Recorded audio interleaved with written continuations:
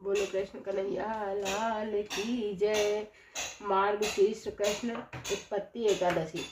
श्री सूत जी ऋषियों को कहने लगे, विधि सहित इस एकादशी का व्रत का महत्व तथा जन्म की कथा भगवान कृष्ण ने युधिष्ठिर को सुनाई थी।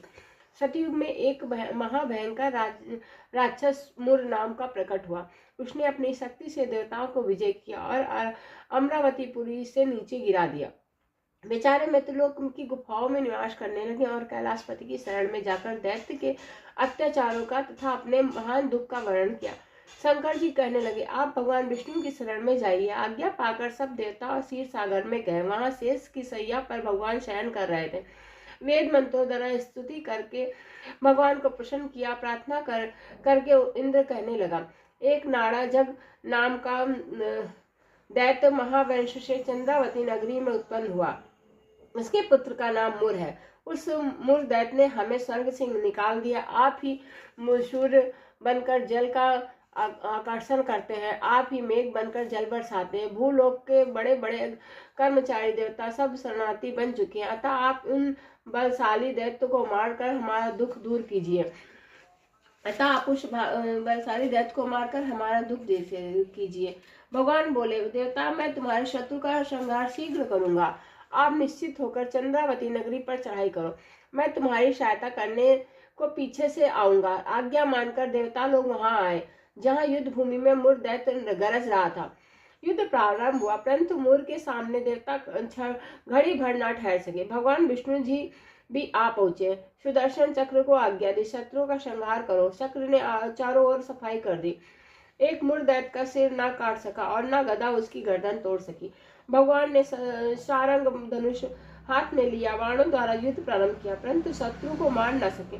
अंत में कुश्ती करने लगे। हजारों वर्ष व्यतीत हो गए, परंतु प्रभु का दावबंद एक ना सफल हुआ। मुर दैत्य पर्वत के समान कठोर था। प्रभु का शरीर कमल के समान कोमल था। थक गए, मन में विश्राम की इच्छा उत्पन्न हुई। शत्रु को पीठ दिखाकर भाग चले।